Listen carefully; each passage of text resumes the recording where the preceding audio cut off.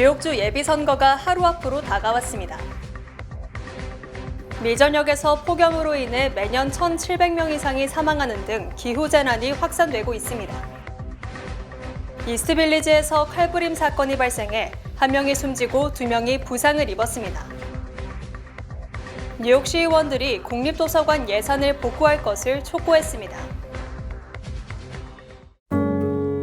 아름다운 제품에서부터 아름다운 사회를 만들기까지 키스는 뉴욕에서 시작하여 현재는 전 세계 12,000명의 직원들과 함께 끊임없이 도전하는 기업입니다. 사람을 생각하고 존중하는 기업. 키스는 한인들이 사회의 주인공이 될 수 있도록 든든한 버팀목이 되겠습니다. 글로벌 뷰티 기업 키스. 시청자 여러분 안녕하십니까? 6월 24일 월요일 TKC 뉴스데스크 첫 소식입니다. 뉴욕주 예비선거가 하루 앞으로 다가왔습니다. 이번 선거에서 한인 최초로 선출직 정치인으로 당선된 론김 뉴욕주 하원의원이 7선을 향한 첫 관문을 통과할 수 있을지 귀추가 주목됩니다. 25일 치러지는 뉴욕주 예비선거를 앞두고 한인사회 주요 단체들이 23일 퀸즈 플러싱 소재 레너드 플라자에서 투표 참여 독려 캠페인을 전개했습니다. 이날 캠페인에는 7선에 도전하는 론김 뉴욕주 하원의원과 존 리우 뉴욕주 상원의원 등 지역 정치인들을 비롯해 이현탁 퀸즈 한인회장, 문용철 롱아일랜드 한인회장, 김동찬 시민참여센터 대표, 박윤용 뉴욕주 하원 제25선거구 지구당 대표 등이 참석해 한인 유권자들의 적극적인 투표 참여를 당부했습니다. 론김 의원은 25일 실시되는 예비선거에서 중국계 앤디 첸, 다오인 후보와 3파전을 펼칩니다. 김 의원이 대표하는 주하원 40선거구는 퀸즈 플러싱과 칼리지 포인트, 와이스톤, 머레이 힐 등 한인 밀집 지역을 포함하고 있습니다. 한편 예비선거를 위한 조기 투표는 23일 마감됐습니다. 퀸즈가 14,280표로 가장 많이 투표에 참여했으며 스태튼 아일랜드를 제외한 4개 보로에서 총 46,241명이 투표에 참여했습니다. 지난 주말까지 뉴욕과 뉴저지 일원을 덮친 찜통더위가 이번 주부터 수그러든 가운데 미 전역에서 한 해 폭염 사망자들이 1,700명을 넘고 있고 계속 늘어나고 있습니다. 폭염 사망자를 집계하고 있는 연방질병통제예방센터에 따르면 미국 내 한 해 폭염 사망자들은 2020년 1,156명에서 2021년 1,602명으로 늘었으며 2022년에는 1,722명, 2023년에는 1,784명으로 매년 증가하고 있습니다.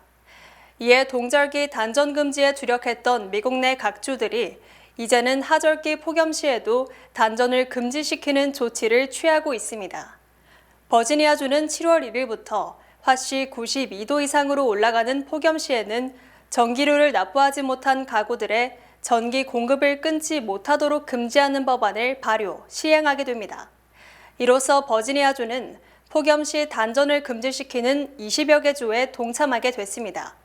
한편 기후 변화와 기후 재난으로 때이른 폭염이 자주 발생하고 광범위한 지역에 오랫동안 덮치고 있습니다.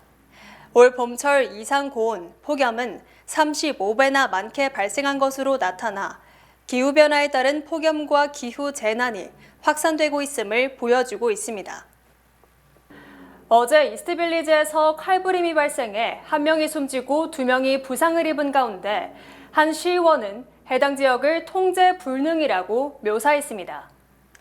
어제 오후 5시 45분경 맨해튼 이스트 14번가와 에비뉴 A의 트레이더 조스 인근 거리에서 잔인한 칼부림이 발생했습니다.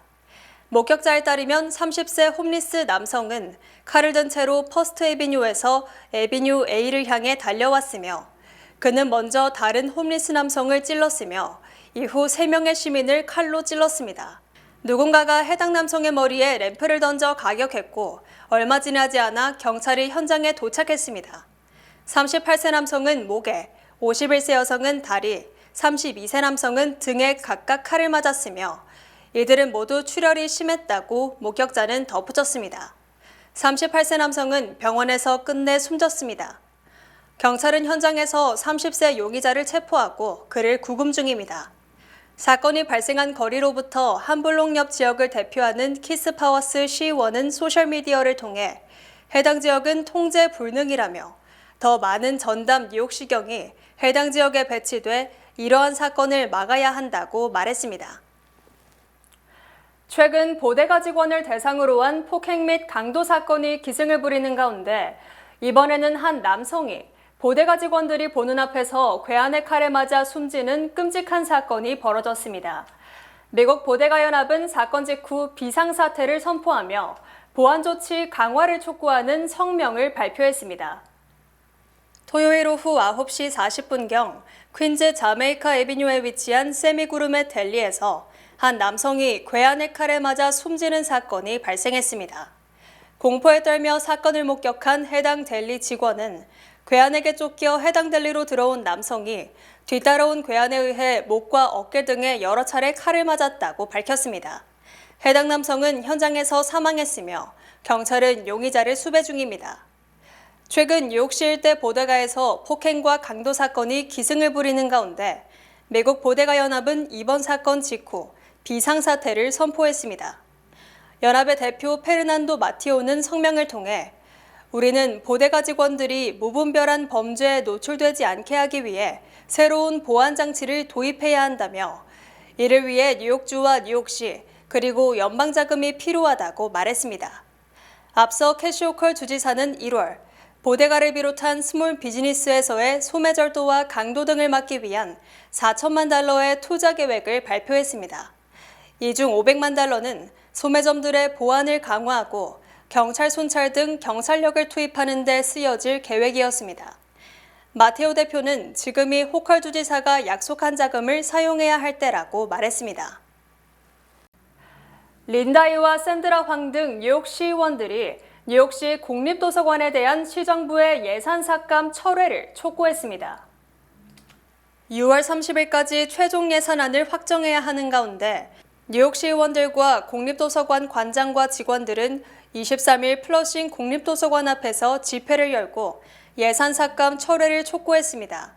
현재 에릭 아담스 뉴욕시장이 제안한 2025 회계연도 뉴욕시 예산안에는 5,830만 달러에 달하는 예산 삭감안이 담겨 있습니다. 린다이와 샌드라 황 의원은 이날 집회에서 공립도서관은 지역 주민들뿐 아니라 이민자들에게 지식과 유익한 정보를 제공하는 것으로 이를 축소하는 것은 이들로부터 기회를 뺏는 것과 같다고 강조했습니다. 예산 삭감으로 지난주 폭염 당시 냉방 시스템이 작동하지 못해 스태튼 아일랜드에 위치한 2개의 도서관을 임시 폐쇄했었습니다. 데니스 월캇 뉴욕시 공립도서관장은 예산 삭감이 철회되지 않으면 서비스는 물론 기본적인 건물 관리조차 할 수 없게 될 것이라고 말했습니다. 또한 도서관에서 제공하는 인기 프로그램 축소, 도서 구입 계획도 취소될 것이라고 덧붙였습니다. 한편 플러싱 도서관은 몇 개월 전부터 주말 운영을 중지한 상태입니다. 연방 대법원이 트랜스젠더 청소년의 성전환 치료를 금지한 주법에 대해 심리하기로 결정했습니다. 대법원은 24일 트랜스젠더 청소년에 대한 호르몬 요법 및 사춘기 예방약 치료를 금지한 테네시의 주법과 관련해 바이든 행정부의 이의 제기를 받아들였습니다. 심리는 오는 11월 대선을 앞둔 올 가을 열릴 예정입니다. CNN 방송은 대법원이 복잡하고 정치적 갈등과 연결된 소재인 트랜스젠더 제한 문제에 처음으로 실질적 관여에 들어갈 것이라고 평가했습니다. 앞서 신시내티 연방법원은 테네시주와 켄터키주의 관련 금지법에 대해 효력 금지를 명령한 바 있습니다. 미 전역에서 공화당이 우세한 보수 성향의 주와 카운티를 중심으로 트랜스젠더 청소년의 성전환 관련 치료를 금지하는 것을 비롯해 여성운동 경기 참여 제한, 화장실 사용 금지, 여장쇼 금지 등 다양한 차별 입법이 이어지고 있습니다. 대선 후보 첫 TV 토론이 나흘 앞으로 다가온 가운데 바이든 대통령은 민주주의를, 트럼프 전 대통령은 경제 문제를 집중 공략할 것으로 전망됩니다.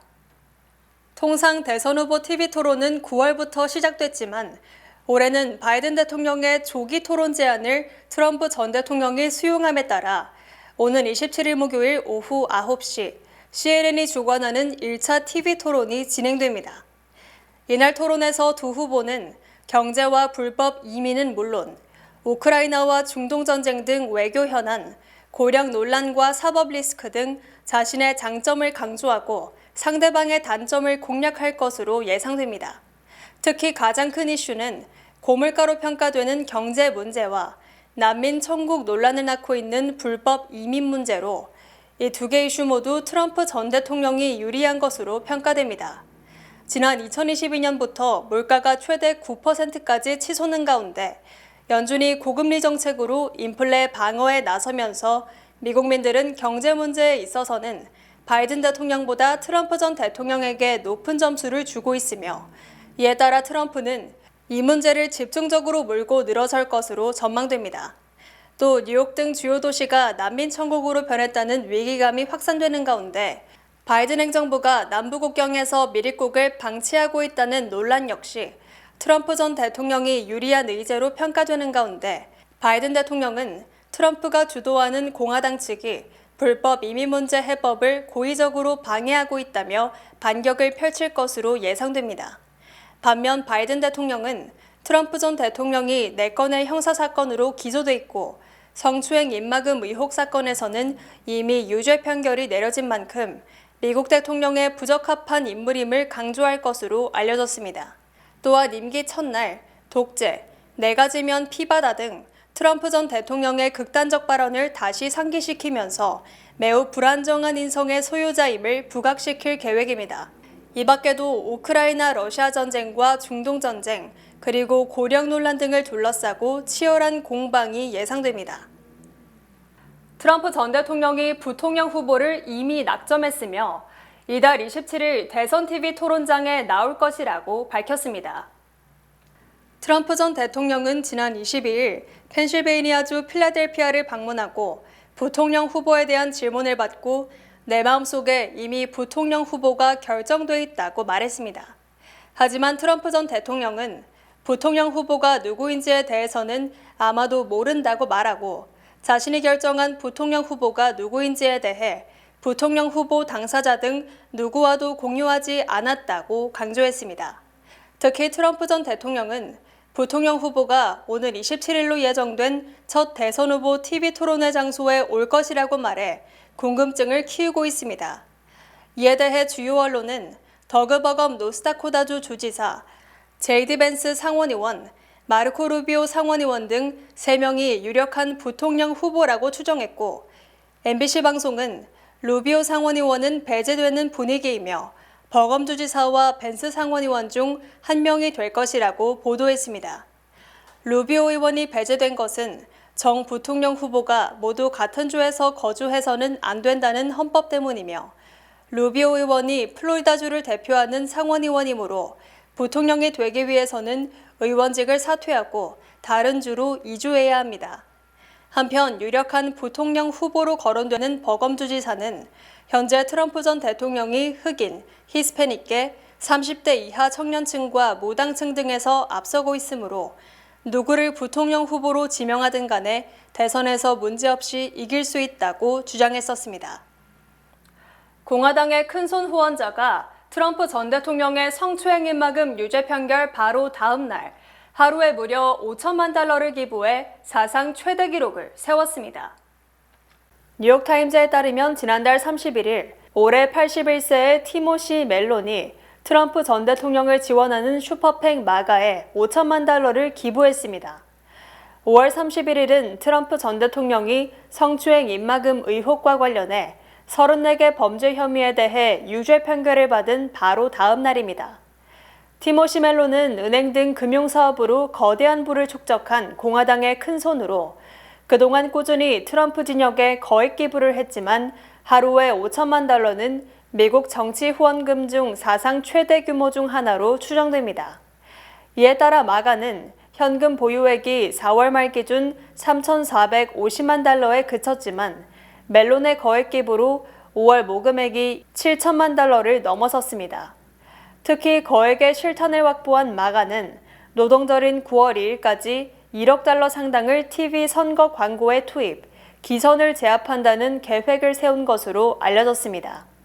멜론은 공개석상에는 자주 모습을 보이지 않아 은둔의 기부로 통하고 있으며 이번 기부에 앞서 트럼프 전 대통령과 제3후보인 로버트 케네디 주니어 후보에게 각각 2,500만 달러씩을 기부했습니다.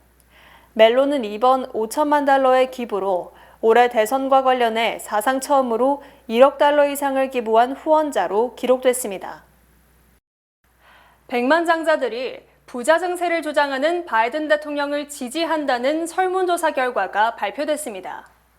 여론조사기관 유고브가 백만장자 800명을 대상으로 설문조사를 실시한 결과 60%가 1억 달러 이상 소득에 대한 세율을 현재 37%보다 더 올리는 데 찬성한다고 답했습니다.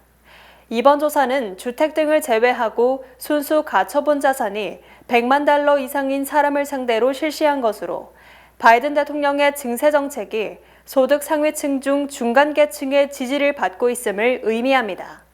또한 이들 중 60% 이상은 빠르게 확대되는 불평등을 민주주의에 대한 위협으로 간주했으며 응답자의 91%는 극심한 부의 집중이 일부 동료 시민의 정치적 영향력을 살 수 있다고 답했습니다.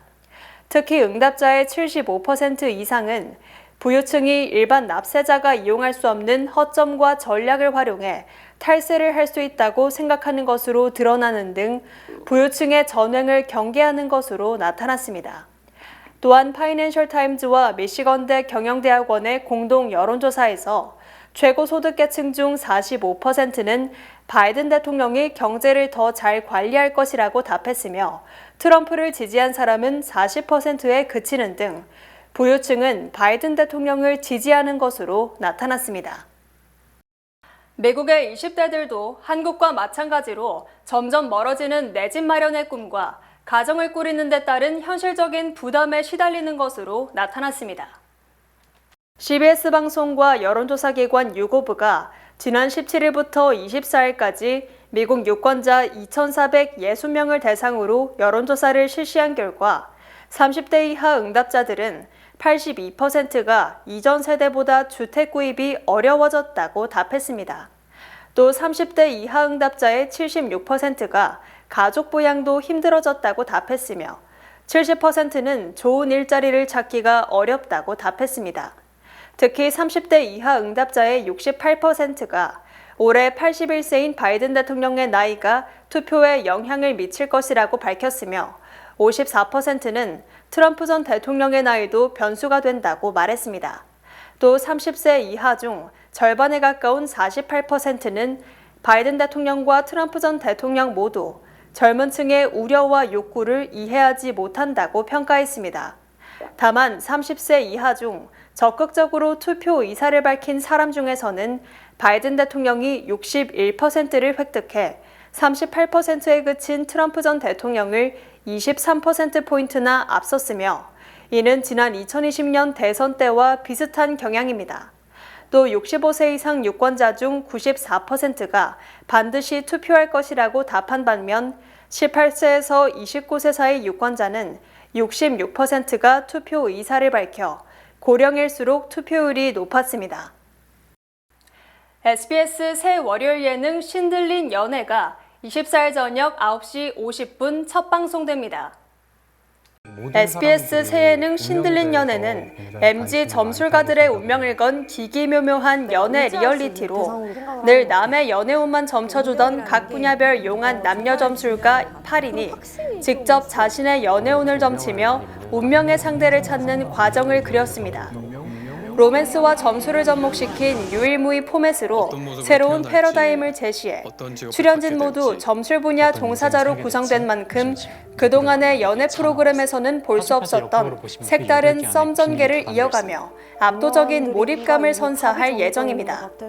또한 각종 점사 도구인 사주 명리학 책과 굿판테 쓰이는 방울, 작두, 신칼, 부채 등 평소 쉽게 볼 수 없는 물건들이 등장해 볼거리를 제공합니다. SBS 관계자는 한국적인 것을 힙하게 느끼는 2030 시청층을 위해 연출적인 장치와 프로그램의 디자인, 사소하게는 음악과 포스터까지도 한국적인 분위기를 선택했다고 전했습니다. 이어 무당과 사주, 타로 등 각 분야 점술가들이 펼치는 살벌한 기싸움과 풋풋한 로맨스를 동시에 볼 수 있다는 점이 여타 연애 프로그램과 확실히 다른 차별점이라고 강조했습니다. 본 프로그램은 뱅크 오브 호프 프로모 플러스 CD와 함께합니다. 똑똑하게 모을수록 착착 쌓이는 저축. 희망과 함께라면 가능합니다. 지금 이자율을 고정하세요. 자세한 내용은 가까운 지점에 문의하세요. 주요 단신 전해드립니다. 올해 34세의 한국 여자 골퍼 양희영 선수가 어제 KPMG LPGA에서 7언더파 281타로 우승을 차지해 한국 선수 최초로 30대의 여자 메이저 대회 챔피언이 됐습니다. 지난 21일 오전 11시 반쯤 아칸소주 남부 포다이스의 한 식료품점에서 총기 난사 사건이 발생해 3명이 숨지고 경찰과 용의자 등 10명이 부상을 입었습니다. 지난 21일 오전 10시쯤 로스앤젤레스 코리아타운의 한인 소유 주택에서 폭발음과 함께 화재가 발생해 주택 대부분이 불탔으나 다행히 60대 한인 부부는 가벼운 화상만 입고 대피해 화를 모면했습니다. 지난 22일 오후 5시쯤 승객 125명을 태우고 인천을 출발해 대만으로 향하던 대한항공 여객기가 산소 공급 장치 이상 등으로 긴급 회항했으며 13명이 고막 통증과 호흡 장애 등으로 병원으로 후송됐습니다. 트럼프 전 대통령이 지난 22일 필라델피아 유세에서 자신이 뉴욕 퀸즈에서 유니언 시절을 보냈다고 밝히고 지난 13일 키세나 파크에서 발생한 13세 소녀 강간 사건의 용의자는 엘살바도르의 불법 이민자라며 미립국 문제에 대한 미온적 대처를 비판했습니다. 치즈케이크 등을 주 메뉴로 하는 주니어스 레스토랑의 3대 후계자로 뉴욕 요식업계의 대부 알란 로젠이 뉴욕시장 선거 출마를 선언했습니다.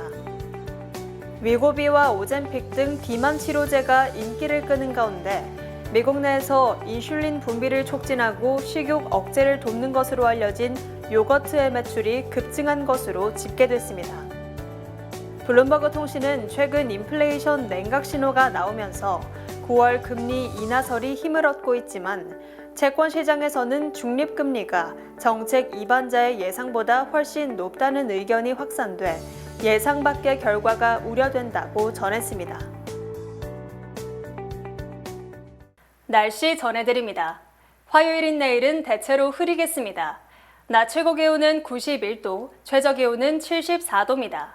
해 뜨는 시간은 5시 25분, 해 지는 시간은 8시 31분입니다. 이상으로 주간 날씨와 세계 날씨 전해드립니다.